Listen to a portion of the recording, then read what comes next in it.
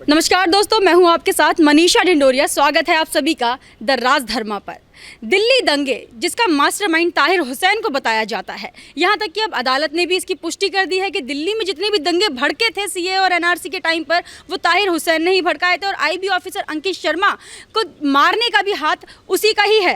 तो अभी जो केजरीवाल सरकार है वो इस बात की पुष्टि नहीं कर रही है और मंजूरी नहीं दे रही है इस फाइल को आगे बढ़ाने के लिए। अदालत ने तो इस बात का पुष्टि कर दी है, लेकिन केजरीवाल इससे इनकार क्यों कर रहे हैं, क्यों मंजूरी नहीं दे रहे हैं? क्या कहेंगे इस पर आप? देखिए, देश का दुर्भाग्य है, हम लोग राजनीति से ऊपर उठकर अगर देश हित में सोचेंगे तो ये सब चीज़ें नहीं होंगी। देखिए, एक कल्प्रिट है, ठीक है, दंगा भड़का और ये कोई भी स्क्रिप्ट नहीं है, भी यथार्थ में दंगा भड़का और वहाँ पर जिस तरीके से एक आईबी के अफसर को भी हत्या की गई और जब उसके प्रूफ हैं तो फिर आपको क्या प्रॉब्लम है? कहीं ना कहीं देखिए होता क्या है, राजनीति में वोट बैंक सर्वोपरि हो जाता है कि एक धर्म विशेष का, एक जाति विशेष के वोट के लिए, और वही कहीं ना कहीं राष्ट्र के लिए कितना नुकसानदायक, घातक होता है। उसी का परिणाम आपने देखा होगा, आतंकवादी है और आतंकवादी को हम आतंकवादी नहीं कह पा रहे। क्यों नहीं कह पाते हैं? हमें कहना चाहिए एक्चुअल में, क्यों? राष्ट्र धर्म सर्वोपरि है और राष्ट्र जब सर्वोपरि होगा तो आप लोगों को इन सब चीज़ों से ऊपर उठकर जो एक कानून का राज है वो स्थापित करना एक अलग बात है, लेकिन वो दिखना भी चाहिए, लेकिन वो दिखता नहीं है भी। आप देखेंगे उस आदमी ने इतना आर्म्स एम्यूनिशन इकट्ठा किया, अपनी बिल्डिंग में लोगों को इकट्ठा किया, क्योंकि वो जात या धर्म विशेष से, संप्रदाय विशेष से है, तो इसलिए आप उसको नहीं करेंगे क्योंकि उनसे वोट लेना है आपको।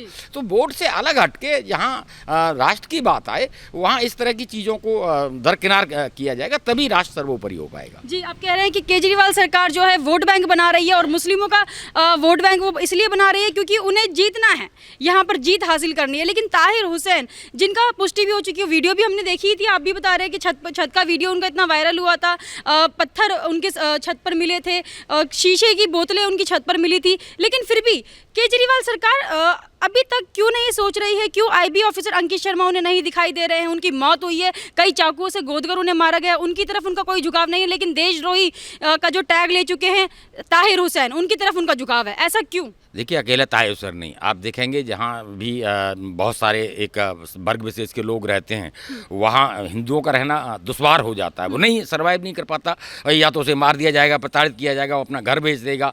जबकि देखिए, जो एक मुस्लिम धर्म का जो भी एक कोई भी व्यक्ति है, अगर वो हिंदू धर्म के बहुत संख्यकों के बीच में रह रहा है वो सुरक्षित होगा।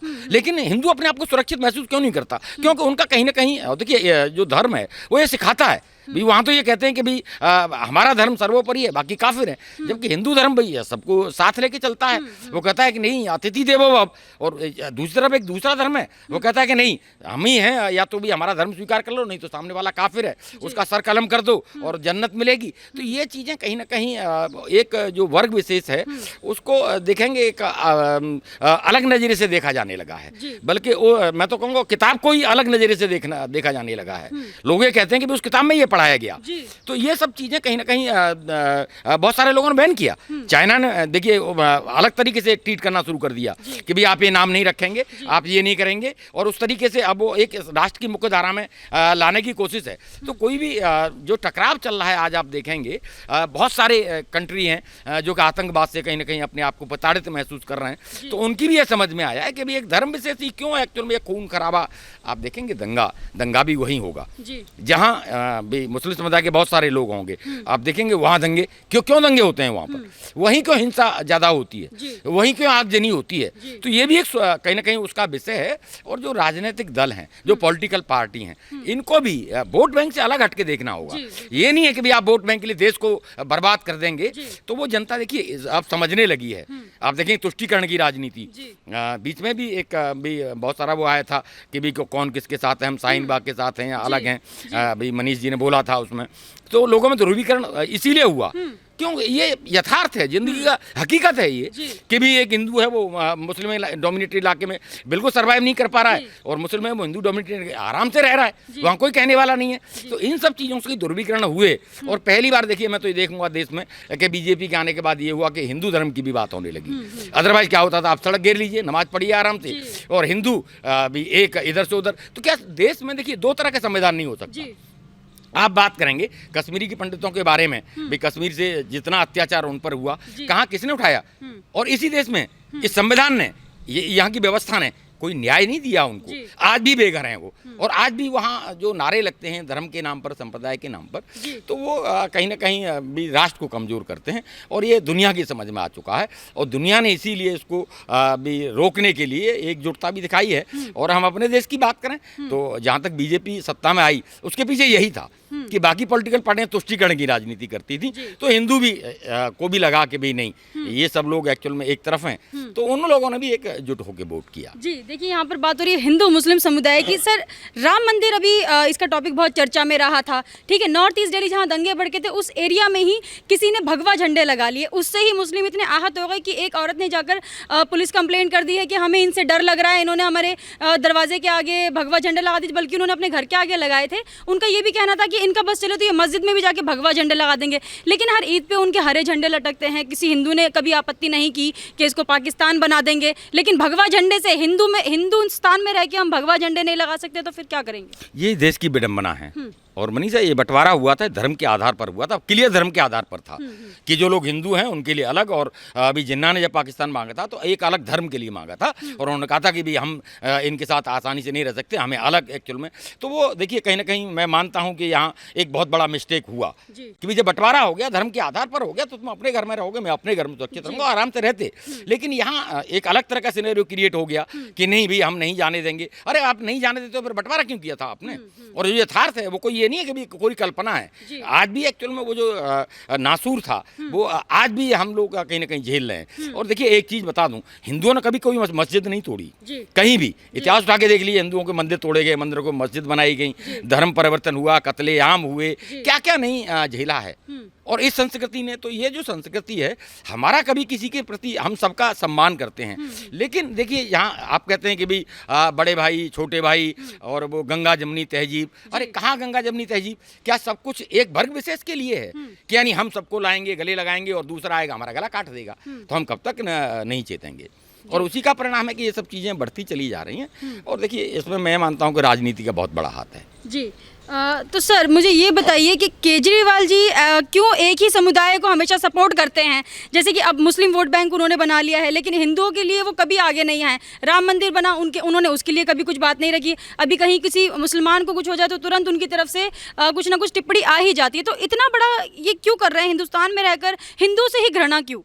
देखिए मनीषा, ये बहुत लंबे समय तक नहीं चलेगा। जो हिंदू धर्म के लोग हैं वो भी चीज़ों समझ चुके हैं, वो जानते हैं कि भी कौन क्या कर रहा है, और वो उस चीज़ को बड़ा सटीक तरीके से देख भी रहे हैं। और जो इस तरह का, देखिए ये राजनीति बहुत लंबे समय तक नहीं, आप हिंदुत्व को बहुत लंबे समय तक इग्नोर करके आप सोचें राजनीति कर लें, वो संभव नहीं है। वो बिल्कुल, अब देखिए जिस तरह की चेतना जागृत हो रही है, वो चेतना क्या है एक्चुअल में? वो यथार्थ है, वो लोगों ने झेला है, वो आज की जिंदगी में झेल रहा है कि भाई उसने भगवा झंडा लहराया, उससे आपत्ति हो गई, और तुम मस्जिद में लाउड स्पीकर लगा के और सुबह सुबह भी नमाज पढ़ेंगे तो वहाँ कोई बोल देगा तो वो आपके धर्म के विरुद्ध हो गया। आप हमारे देवी देवताओं का मजाक बनाएंगे, आपके धर्म के विरुद्ध एक अगर शब्द भी निकल गया तो आप फतवा जारी कर देंगे। तो ये कब तक चलेगा? ये बहुत लंबे समय तक नहीं चलने वाला। और पॉलिटिकल पार्टी ने बदला है अपने आप को। जो कल तक सिर्फ मतलब एक मुस्लिम की बात करते थे, आज वो हिंदू धर्म की बात करने लगे हैं। आपने देखा वो उत्तर प्रदेश में भी समाजवादी पार्टी और मुलायम सिंह को मुल्ला मुलायम कहा जाने लगा था, क्यों? वो भी वही करते थे कि भी नहीं, शमशान घाट को पैसा नहीं मिलेगा, कब्रिस्तान को पैसा मिलेगा। और तो और कि भी आप देखेंगे मंदिर का पुजारी है, उसको कोई 2 पैसे नहीं देगा, लेकिन मस्जिदों में जो भी नमाज पढ़ाता है उसको पैसे दे रहे हैं। भी अगर सर्वधर्म संभाव है, आप कहते हैं कि भी हम धर्मनिरपेक्ष हैं, तो फिर अगर मान लीजिए एक धर्म के लिए आप किसी को पेड कर रहे हैं तो दूसरा धर्म को क्यों नहीं कर रहे हैं आप? भाई वो पुजारी जो मंदिर में पूजा करता है उसको भी तो पैसे मिलना चाहिए। और वो एक कहीं ना कहीं इन सब चीज़ों को देख के ही तो लोग अपना एक स्ट्रेटजी बदल देते हैं। वो कहते हैं कि नहीं भाई ये तो तुष्टीकरण की राजनीति कर रहे हैं। तो धीरे धीरे लौटे हैं। और उत्तर प्रदेश में तो देखा अब समाजवादी पार्टी अब कहती है हम भगवान परशुराम की मूर्ति लगाएंगे। अब भगवान परशुराम कहाँ, उनको भाई वहीं से एक फैक्टर था उनका कि M+22 मुस्लिम और यादव मिल जाएंगे, सरकार बना लेंगे, बाकी किसी की ज़रूरत नहीं है। तो वो चेंज हो रहा है, सिनेरियो बड़ा तेज़ी से बदल रहा है, आप देखेंगे। तो ये बहुत लंबे समय तक नहीं चलेगा। जी ठीक है। सर, शाहीन बाग में इतने सब लोग बैठे हुए थे, लेकिन अब बीजेपी ने शाहीन बाग के 100 लोगों को अपनी पार्टी में मतलब शरण दी है, उनको बुलाया है, बातचीत की है। लेकिन क्या लगता है, जब ताहिर हुसैन के लिए मुसलमान अभी तक ये कह रहे हैं कि ताहिर हुसैन ने खुद से कबूलनामा नहीं किया है, उनसे प्रेशर देके करवाया गया है, तो ऐसी तो मानसिकता वो रख रहे हैं, क्या लगता है कि दोबारा से हो सकता है इस तरीके का प्रोटेस्ट? अगर अभी तक, क्योंकि ताहिर हुसैन तो अंदर है, लेकिन ऐसी मानसिकता रखने वाले लोग अभी तक बाहर ही हैं। देखिए, जिसने आपको कहा मनीषा, आप उस एरिया में गए, वहाँ लोगों से मिलो, उसने कहा कि भाई जबरदस्ती कराया गया, तो जो कह रहा था उससे जबरदस्ती क्यों नहीं कराया गया? यानी साक्ष्य थे, यानी उस बिल्डिंग में बिल्कुल क्लियर ये था। और इसको उसने कहा कि भाई दंगाइयों ने ऑक्यूपाई कर ली, कोई और बिल्डिंग क्यों नहीं ऑक्यूपाई? वहाँ पर पेट्रोल बम और हथियार, आर्म्स एम्यूनिशन, वो गिलोल, वो की छुपा थोड़ा जो मीडिया ने दिखाया था, तो उसे झुठला थोड़ा सकते हैं आप उसे। तो देखिए, उनके अंदर ये है। और मनीषा, यहाँ तक कहा जाता है कि मान लीजिए आप ये मुस्लिम एरिया है, यहाँ से कोई मर्डर करके और इसमें अंदर घुस जाए तो मुस्लिम नहीं बताएगा कि भाई किसने किया, वो कह देंगे हमें नहीं पता। जबकि हिंदू धर्म के लोग हैं, वो फौरन कह देंगे उनका वो उसका लड़का था, वो उसका लड़का करके आ रहा है वहाँ पर वो। तो देखिए, वो चेंज है उनमें, धर्म के प्रति जो कट्टरपन है। ये नहीं भाई, हिंदू धर्म में भी हम भी धर्म, और धर्म एक आस्था का विषय और पर्सनल विषय है, लेकिन धर्म से बढ़कर, इन सब चीज़ों से बढ़कर राष्ट्र धर्म होना है। वो राष्ट्र धर्म की तरफ एक्चुअल में अगर मुस्लिम भी अपने आप को चेंज कर ले, राष्ट्र सर्वोपरि माने। होता क्या है यहाँ पर कि भी पाकिस्तान के लिए कोई बात होगी तो यहाँ अभी लड्डू बांटे जाएंगे, तो वो चीज़ें ठीक नहीं है। आप खाएंगे यहाँ का गुड़ वहाँ के गाएंगे, तो ये बहुत लंबे समय तक नहीं चलेगा। जी देखिए, कपिल मिश्रा को तो ये कहते हैं कि दंगे भड़काएं, क्योंकि एक उन्होंने बयान दे दिया था कि यहाँ से हम उठवा देंगे, शाहीन बाग का धरना हम उठवा देंगे, ये उनको भड़काऊ बयान लग गया था। लेकिन अब तो अदालत ने भी पुष्टि कर दी कि ताहिर हुसैन ने ही दंगे भड़काए थे। तो क्या मानसिकता रख रहे हैं वो लोग? कपिल मिश्रा को अभी भी आरोपी बोल रहे हैं, ताहिर हुसैन को आरोपी ही नहीं मान रहे हैं। देखिए, कब तक? जिस तरह से आप सड़कें घेर रहे थे, आपने देखा हो शाहीन बाग में जो नोएडा के आने जाने वाले थे, मैं खुद कई टीवी चैनल पर जाता हूं तो रास्ते से इतना घूम के जाते थे, जाम लगता था। उसके बाद आपने भी एक कहते हैं अति की पराकाष्ठा हो गई। आपने फिर एक सड़क रोकी, दूसरी रोकी, तीसरी। क्या चाहते थे आप? दिल्ली को दिल्ली बंद कर दें वहाँ पर? तो दूसरे संप्रदाय के लोग नहीं रहते क्या वहाँ पर? तो क्या कहा उसने? यही कहा था कि भाई आप जो सीलमपुर से और ये रोड बंद कर रहे हैं, तो कितने लोगों को दिक्कत हो रही है? ये तो उस संप्रदाय को खुद सोचना चाहिए था, ये कि भी दूसरे लोगों को दिक्कत ना हो। ठीक है, आप प्रोटेस्ट करिए, अधिकार आपको यहाँ के संविधान ने दिया है, आप अपनी बात रख सकते हैं, लेकिन दूसरे को ये नहीं है कि भी रास्ता बंद कर देंगे, दूसरे को निकलने नहीं देंगे। तो अगर देखिए, क्रिया की प्रतिक्रिया हमेशा होती है। जब आप सड़क रोकेंगे तो दूसरे लोग आक्रोशित होंगे। मान लीजिए मेरा रास्ता रोकेगा तो मैं आक्रोशित नहीं होऊंगा, क्या मैं शांत हो? कब तक शांत रहूंगा? एक दिन बोलेगा वो। तो वही वहाँ हुआ था कि जब लोगों ने सड़कें बंद कर दी तो लोगों ने बोलना शुरू किया वहाँ पर, और वो कहते हैं कि नहीं फिर दंगा उसने, तो दंगा किसने भड़काया? ये तो जो कानून व्यवस्था है वो देखेगी, वो इन चीज़ों को चेक करेगी। मेरे कहने से और आपके कहने से नहीं होने वाला। ठीक है, तो ये थे हमारे साथ आरबी उपाध्याय जी। इनका यही कहना है कि दंगा भड़काने का जो काम है वो आप और हम तो नहीं ही कर सकते हैं, इसका फैसला तो सरकार ही करेगी। वहीं अब ताहिर हुसैन के ऊपर बात करें तो ताहिर हुसैन को अदालत ने तो मंजूरी दे दी है कि वो है गुनाहगार दिल्ली दंगों का, लेकिन अभी तक केजरीवाल ने ये मंजूरी नहीं दी है। तो देखते हैं कब तक केजरीवाल इस पर मंजूरी नहीं देते हैं। हमें कमेंट करके आप बताइएगा कि आपका इस पर क्या विचार है। देखते रहिए द राज धर्मा।